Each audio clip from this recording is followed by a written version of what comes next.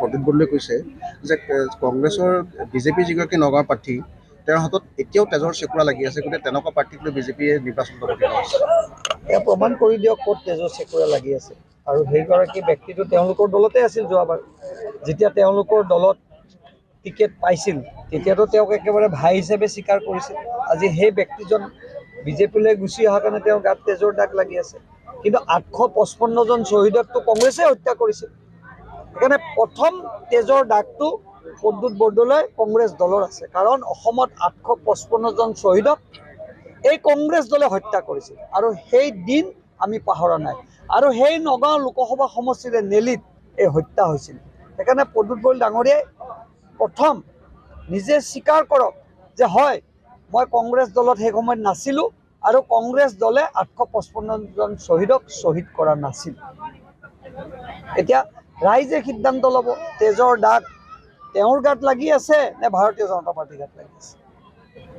ৰকিবুল হুছেইনে কৈ আছে যে বিজেপি আৰু বদৰুদ্দিন আজমল এইবাৰ তেনেকৈ সমিল মিলে বুজাবুজিৰ মাজে নিৰ্বাচন চলিছে, গতিকে ধুবুৰীত এইবাৰ আজমলক অঁতৰোৱাৰ লগে লগে মুখ্যমন্ত্ৰী হিমন্ত বিশ্ব শৰ্মাই পদত্যাগ কৰিব লাগে মুখ্যমন্ত্ৰী এখনৰ পৰা।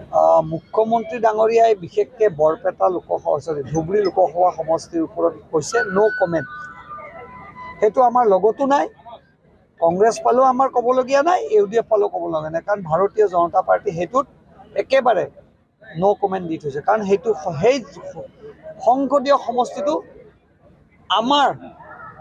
আমাৰ অসমীয়া খিলঞ্জীয়া মানুহৰ ভোট তাত নাই। অকল বাংলাদেশীৰ ভোটেৰে তাত সেই সমষ্টিটো গাঁথনি আছে। এতিয়া বাংলাদেশীৰ কাৰণে বেছি মৰম ৰকিবুলৰো, বাংলাদেশীৰ বেছি মৰম বৰদৰুদ্দিন আজমলৰো। সেইকাৰণে তেওঁলোকৰ হাতত এই চিটটো আমি অৰ্পণ কৰিছোঁ। ধুবুৰীতো আপোনালোকে বিজেপি দলে মানে মিত্ৰজোঁটৰ অসম গণ পৰিষদ দলক প্ৰাৰ্থিত্ব দিছে, আপোনালোকে মিত্ৰজোঁটক সহায় নকৰিব নেকি? ঠিকে আছে, মিত্ৰজোঁটক আমি দিছোঁ। মিত্ৰজোঁটে জিকিব পাৰিলে আমাৰ কাৰণে খুব ভাল কথা হ'ব। কিন্তু ৰকিবুল হুছেইন আৰু যিহেতু UDFৰ কথা কৈছে, সেইখিনি জেগাত আমি তেওঁলোকৰ কথা কৈছোঁ। আৰু মিত্ৰজোঁটৰ সহায় আছে আৰু কংগ্ৰেছে ভোট টানিব বাংলাদেশী মিয়াৰ, আজমল ডাঙৰীয়াই ভোট টানিব বাংলাদেশীৰ মিয়াৰ। আমাৰ তাত থকা প্ৰাৰ্থীগৰাকীয়ে খিলঞ্জীয়া অসমীয়া মুছলমানৰ ভোট লৈ জিকি আহিব। ধুবুৰী আসন কাৰ পক্ষত যোৱাৰ সম্ভাৱনা আছে? ডেফিনেটলি মই কৈছোঁ কি, যেতিয়া দুই মহৰ যুগত দুটা মহে যেতিয়া যুঁজিব তেতিয়া অগপদল ওলাই আহিব তাত। এতিয়া সিদ্ধান্তটো ৰাইজে ল'ব। আমি আজি কৈছোঁ কি, মই বিজেপি হিচাপে যদি সোধে সেই চিটটোত আমাৰ একো নাই। এলায়েন্স যদি সোধে মোক, এই চিটটো AGPৰ লগত আমাৰ আছে। এলায়েন্সৰ প্ৰাৰ্থীগৰাকীৰ সম্ভাৱনা কিমান আছে? ভাল, যোৱাবাৰো ভাল ভোট পাইছে, এইবাৰো জাভেদে ভাল ভোটে জিকিব। আপুনি মোক সুধিছে বিজেপি আৰু আপুনি সুধিছে ৰকিবুল আৰু মই সেইটো পৰিসীমাতে কথাটো কৈছোঁ, কথাটো বেলেগ পালে নিনিব।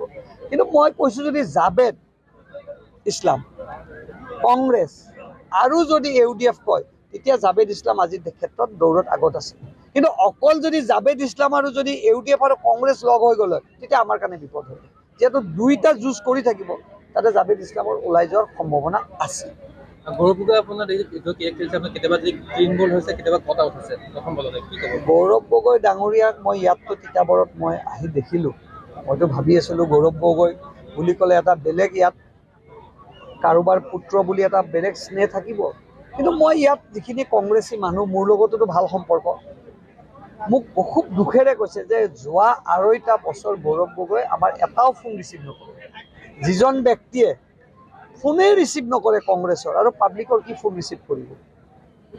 এতিয়া সিদ্ধান্তটো তিতাবৰৰ ৰাইজে তেওঁক দিব, আৰু তিতাবৰ ৰাইজে ইতিমধ্যে সিদ্ধান্ত লৈছে। আৰু মোৰ বিশ্বাস আছে এই তিতাবৰ সমষ্টিত এইবাৰ লিড মিনিমাম 20,000 আমি পাম। সামগ্ৰিকভাৱে গোটেই যোৰহাট লোকসভা সমষ্টিত বিজেপিৰ প্ৰেক্ষাপটটো কেনেকুৱা? ভাল, খুব সুন্দৰ। মুখ্যমন্ত্ৰী ডাঙৰীয়াই নিজে ইয়াত তদাৰক কৰি আছে, মুখ্যমন্ত্ৰীৰ নেতৃত্ব দিছে। য'ত মুখ্যমন্ত্ৰী ডাঙৰীয়া থাকিব সেই সমষ্টিত আপুনি আৰু বেলেগ সুধিব নালাগে। ডিব্ৰুগড়ত সোণোৱাল ডাঙৰীয়া, যোৰহাটত মুখ্যমন্ত্ৰী ডাঙৰীয়া, দুইটা চিটে একেবাৰে ভালকৈ ওলাই যাব। আজি তাৰিখলৈকে কিন্তু প্ৰথম পৰ্যায়ৰ নিৰ্বাচনত লখিমপুৰত আজিলৈকে কংগ্ৰেছে প্ৰাৰ্থিত্ব এতিয়ালৈকে ঘোষণা কৰিব পাৰে, ইয়াত প্ৰতিক্ৰিয়া কিবা দিব লাগিব? লখিমপুৰৰ ক্ষেত্ৰত কালি মই টিভিত দেখিলোঁ এটা আজব ঘটনা মই দেখিলোঁ। প্ৰাৰ্থী নাই, কিন্তু তেওঁলোকে নমিনেশ্যন দিব ওলাইছে। মইতো কংগ্ৰেছ দলত আছিলোঁ, মইতো কেতিয়াও কংগ্ৰেছ দলটো এনেকুৱা দেখা নাছিলোঁ। এতিয়া আমাৰ যদি প্ৰাৰ্থী নোহোৱাকৈ নমিনেশ্যন ডেটটো ফাইনেল কৰি দিওঁ, হয় আমি মূৰ্খ, নহয় কোৱাজন মূৰ্খ হ'ব লাগিব। এতিয়া আপুনি তাতেই বুজি লওক যে ভৱিষ্যতে লখিমপুৰত কি অৱস্থালৈ গৈ আছে। আৰু লখিমপুৰ ছিটটোত প্ৰধান বৰুৱা ডাঙৰীয়াই ট্ৰিপল চেঞ্চুৰী মাৰিব।